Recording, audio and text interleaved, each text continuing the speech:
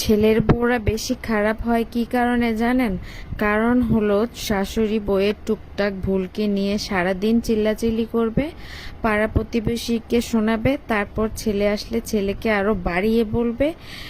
ছেলেকে বলবে এটা বউ সারা এটা এটা করেছে এটা করেছে, এটা বউকে সারা জীবন মেনে নিতে হবে। আর যখন বউরা দেখতে দেখতে একদিন স্বামীকে অভিযোগ করবে, তখন বড় সমস্যা হয়ে যাবে। তখন বলবে কি সারাদিন কি এমন হয়েছে, ছেলেকে বলতে হবে।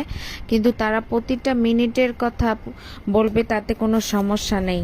আর একটা অভিযোগ করলেই অনেক বড় সমস্যা, সমাজের চোখে খারাপ দিক। আমার বিয়ের যখন 15 দিন চলে, তখন বাবার বাড়িতে ভুনা খাবার খেতে খেতে এখন আর শ্বশুরবাড়ি খাবার খেতে মনে হয় কি মেসের খাবার খাচ্ছি। তো আমি রান্না করলেই শাশুড়ি বলবে তেল বেশি দিচ্ছি, নয়তো হলুদ বেশি দিচ্ছি, নয়তো মরিচ বেশি দিচ্ছি, আর নয়তো লবণই হয় নাই। ডাইনিংয়ে বসলে শুধু খাবারের দোষ, ফ্যামিলির সামনে, সবার সামনে। তো ভাত খেতে বসলে যেমনটা আচরণ করে, তখন গলা দিয়ে ভাত নামে না। তো এইসব যখন সহ্য করলাম, 5 বছর পর নিজেই বাধ্য হলাম বাঁকা হতে। কারণ বউরা তো মানুষ, একজন মানুষের মধ্যে সব গুণ খুঁজতে নেই। কারণ মানুষ লাইব্রেরিতে প্রকাশিত বই নয়, একের ভিতর সব থাকবে। আগে শাশুড়িকে ভালো হতে হবে, কারণ সে শাশুড়ি রাতারাতিতেই হয়নি। অনেক ধৈর্য করে, পরিশ্রম করে সংসারটাকে তিলে তিলে গড়ে তুলেছে। ধৈর্য, ক্ষমতা, তার জ্ঞান বেশি থাকতে হবে। বউকে বোঝার, সংসার বোঝার সময় দিতে হবে।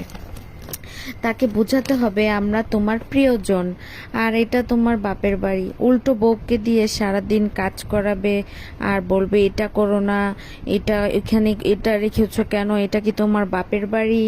তো এটা বললে আসলে তখনই মনটা ভেঙে যায়, তখনই নিজেকে কাজের লোকের মতো মনে হবে।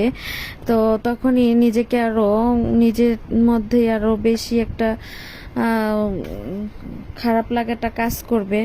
তো আসলে কি ঘটনাটা হলো এক আপুর জীবন থেকে নেওয়া। তো আসলে আপনাদের যদি ভালো লাগে তাহলে আপনারা লাইক কমেন্ট করে জানাবেন।